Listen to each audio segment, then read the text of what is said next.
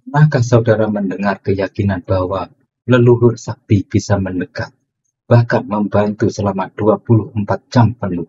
Pertanyaannya, apakah benar-benar hal itu terjadi? Dan apa sebenarnya makna dari kata leluhur yang sering kita dengar, tapi jarang benar-benar dipahami?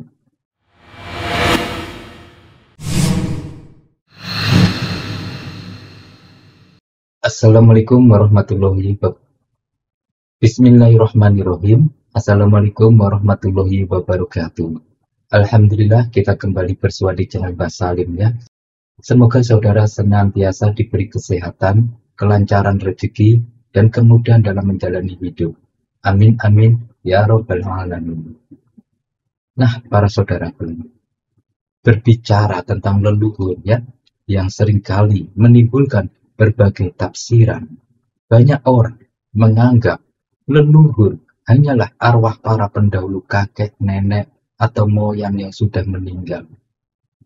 Namun, benarkah hanya sebatas itu?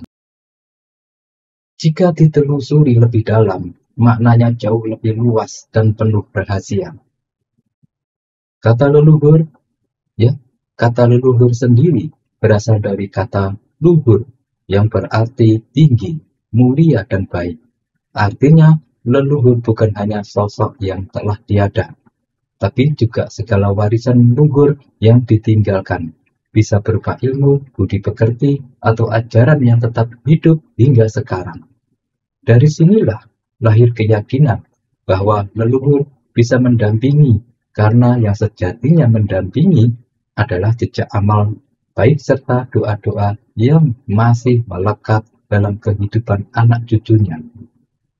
Di banyak kisah, orang-orang yang menjaga hubungan batin dengan leluhur seringkali merasakan pertolongan yang datang tiba-tiba. Ada yang selamat dari bahaya, ada yang dimudahkan urusan rezekinya, bahkan ada yang mendapatkan ketenangan batin tanpa tahu dari mana asalnya. Semua itu dianggap sebagai wujud nyata dari kehadiran ilmu leluhur sakti. Namun, tentu saja semua ini masih menyimpan misteri yang perlu kita telusuri lebih jauh. Apakah benar bantuan itu datang dari arwah, atau sebenarnya energi kebaikan yang diwariskanlah yang bekerja? Pertanyaan inilah yang akan kita bahas lebih dalam, ya. Ada yang meyakini ya bahwa permainan seperti jailangkung bisa menghadirkan arwah dan dianggap sebagai leluhur. Namun, bila diperhatikan lebih dalam, hal itu berbeda sama sekali ya. Leluhur tidak sebatas roh yang dipanggil lewat ritual, melainkan warisan leluhur yang ditinggalkan orang-orang terdahulu. Bisa berupa amal, kebiasaan baik, atau ajaran yang sampai sekarang masih berpengaruh dalam kehidupan. Dan jejak leluhur kadang terlihat nyata dalam wujud monumen, sistem yang tetap berjalan, atau karya yang memberi manfaat luas. Di sisi lain, ada pula bentuk yang tak kasat mata, seperti penjaga gaib atau energi pelindung yang hadir. Karena amal kebaikan, ya, itulah sebabnya banyak yang merasa seakan-akan ada perlindungan dari leluhur. Padahal yang bekerja adalah keberkahan dari perbuatan mulia yang mereka tinggalkan. Contohnya, seseorang kakek yang gemar berbagi bisa saja menanamkan energi baik, ya, hingga generasi setelahnya tetap merasakan manfaatnya. Atau doa-doa yang diwariskan masih terus memberi dampak positif meski orang yang mengucapkannya telah tiada. Semua itu merupakan wujud leluhur yang tetap hidup dalam kehidupan penerusnya. Maka ketika ada keyakinan tentang leluhur sakti yang mendekat, sebenarnya itu adalah nilai leluhur yang diwariskan, yang masih dijaga dan dirawat oleh orang-orang yang menerimanya. Nah, para saudaraku, itulah sebabnya ada sebagian orang yang merasa dekat dengan leluhur, karena mereka menjaga warisan itu dengan sungguh-sungguh. Bila ingin merasakan kedekatan semacam itu, cara paling sederhana adalah dengan terus merawat warisan ya baik tersebut dalam keseharian. Dengan begitu, manfaat leluhur tidak hanya dirasakan sebagai kisah masa lalu, melainkan hadir nyata di tengah kehidupan. Warisan yang ditinggalkan para pendahulu bukan hanya sekedar nama atau cerita, melainkan perbuatan luhur yang terus mengalir manfaatnya. Dari situlah muncul kekuatan yang dipercaya menjaga, mempermudah, bahkan melindungi keturunan. Dan sebaliknya, bila semasa hidup seseorang tidak pernah meninggalkan kebaikan, maka ia tidak bisa disebut leluhur, meskipun mungkin memiliki kekuatan gaib. Apapun bentuknya, jika tidak memberi manfaat, tidak layak disebut sebagai leluhur, ya, leluhur sejati. Leluhur yang benar-benar akan selalu membawa keteduhan, keselamatan, serta memudahkan jalan hidup penerusnya. Sementara itu, warisan dari perbuatan buruk justru menghadirkan kesulitan dan tidak bisa diharapkan sebagai pelindung. Karena itu, tidak ada gunanya menyebut sesuatu yang menimbulkan kesengsaraan sebagai leluhur. Bagi siapapun yang ingin merasakan perlindungan, ya, keberkahan leluhur, terutama saudara, ya, kuncinya ada pada cara menjaga hubungan batin dengan mereka. Bentuknya bisa sederhana, menghargai, merawat, dan meneladani budi luhur yang telah diwariskan. Dengan begitu, warisan itu tetap hidup dan memberi manfaat nyata. Namun, ada hal yang perlu diperhatikan. Ada 5 perkara yang diyakini bisa memutus hubungan dengan leluhur. Begitu salah satunya dilakukan, maka keberkahan yang seharusnya mendampingi bisa hilang. Apa saja 5 hal itu? Yang pertama adalah melukai atau menebang pohon tanpa memberikan obat. Pohon bukan sekedar batang kayu, ia juga hidup dan punya peran menjaga keseimbangan alam. Jika terpaksa menebang, jangan biarkan lukanya terbuka begitu saja. Ambil segenggam tanah, tempelkan pada bagian terluka, ya, sambil ucapkan niat sederhana. Aku melukaimu dengan kebaikan, maka aku mengobatimu untuk kebaikan. Ucapkan itu, ya. Tindakan kecil ini adalah bentuk penghormatan pada alam, bagian dari warisan yang tidak boleh dilupakan. Dan yang kedua, kehilangan sentuhan dengan tanah, ya. Banyak orang sekarang hampir tidak pernah menginjak bumi secara langsung. Nah, alas kaki dan lantai keras membuat hubungan dengan tanah terputus. Padahal, tanah adalah simbol kehidupan yang menopang sejak awal. Luangkan waktu untuk merasakan tanah dengan telapak kaki, meski sebentar saja, ya, agar hubungan saudara itu tetap ada dengan leluhur. Yang ketiga, mengabaikan keseimbangan dengan alam. Sungai, pepohonan, hewan, dan tanah semuanya saling terhubung. Sekecil apapun kerusakan yang kita buat akan mengganggu harmoni. Leluhur menjaga keseimbangan itu dengan cara hidup selaras. Maka siapapun yang ingin tetap berada dalam perlindungan warisan leluhur, ya, tidak bisa seenaknya merusak keseimbangan ini. Dan yang keempat, ya, mencela warisan atau tradisi bukan hanya benda pusaka saja, tapi juga nilai dan kebiasaan yang diwariskan turun-temurun. Meremehkan atau menertawakan tradisi adalah tanda tidak menghormati leluhur. Begitu hal itu dilakukan, hubungan dengan warisan luhur bisa terputus. Dan yang kelima, tidak menjaga perilaku dan hati. Perbuatan luhur bukan hanya soal tindakan, tapi juga rasa yang kita simpan di dalam. Kebencian, iri, dengki, atau niat buruk tidak akan sejalan dengan energi leluhur. Jika hati dijaga, perlindungan yang seharusnya hadir bisa hilang. Dengan menghindari 5 hal tadi, kehadiran leluhur yang sakti akan tetap terasa dalam hidup saudara. Mereka hadir bukan selalu dalam wujud yang bisa dilihat mata, tapi melalui banyak jalan.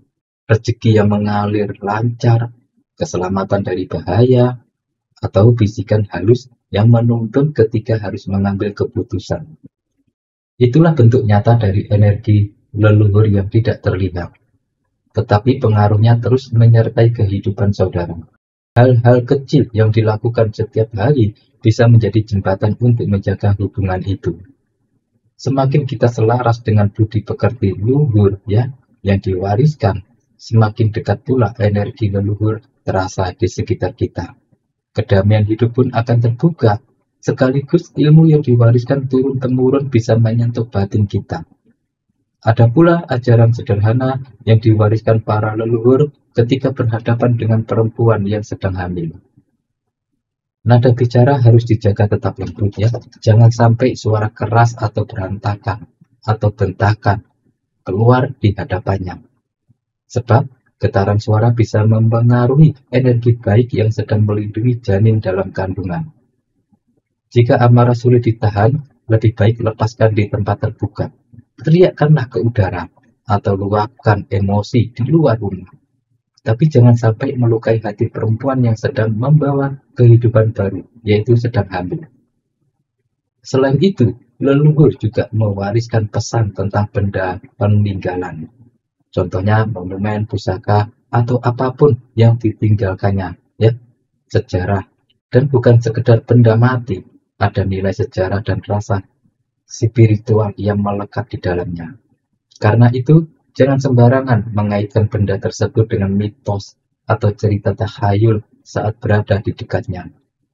Jika memang ingin membicarakan sisi mistisnya, lakukan di tempat lain, jauh dari benda itu, sebagai bentuk penghormatan ya.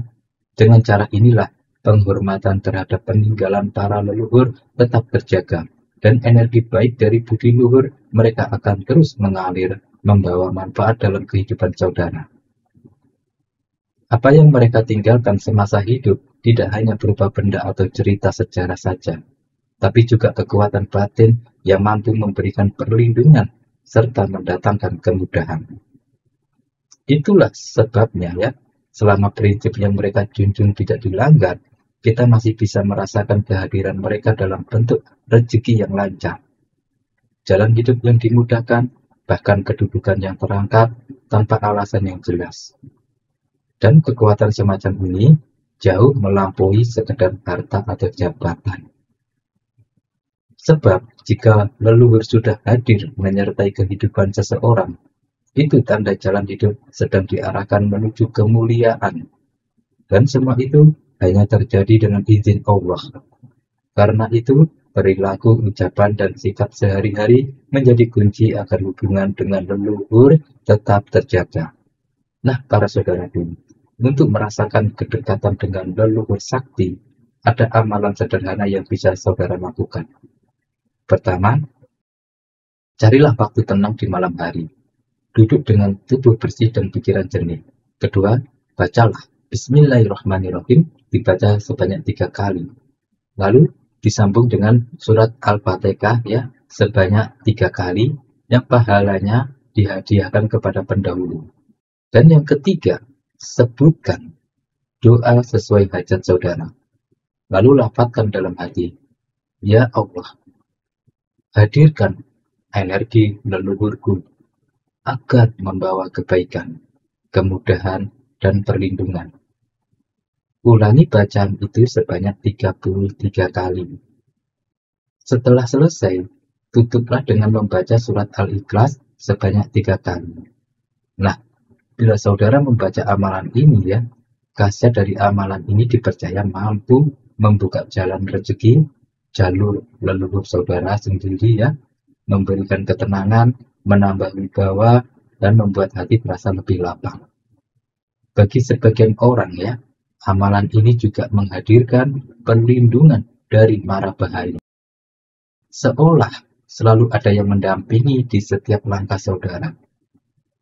Sebelum menjalankan amalan ini ya, kita berwudu lebih dahulu, pakaian yang rapi ya, seperti yang saya uraikan di atas.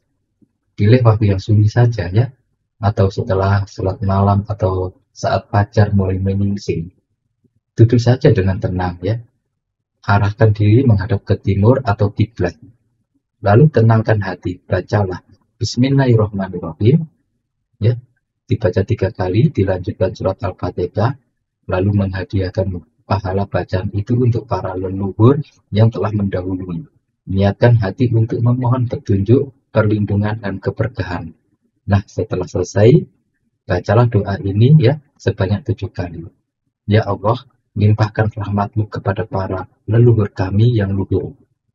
Bukakan jalan kami menuju kemuliaan, dan izinkan kami menerima ilmu dan keberkahan dari mereka.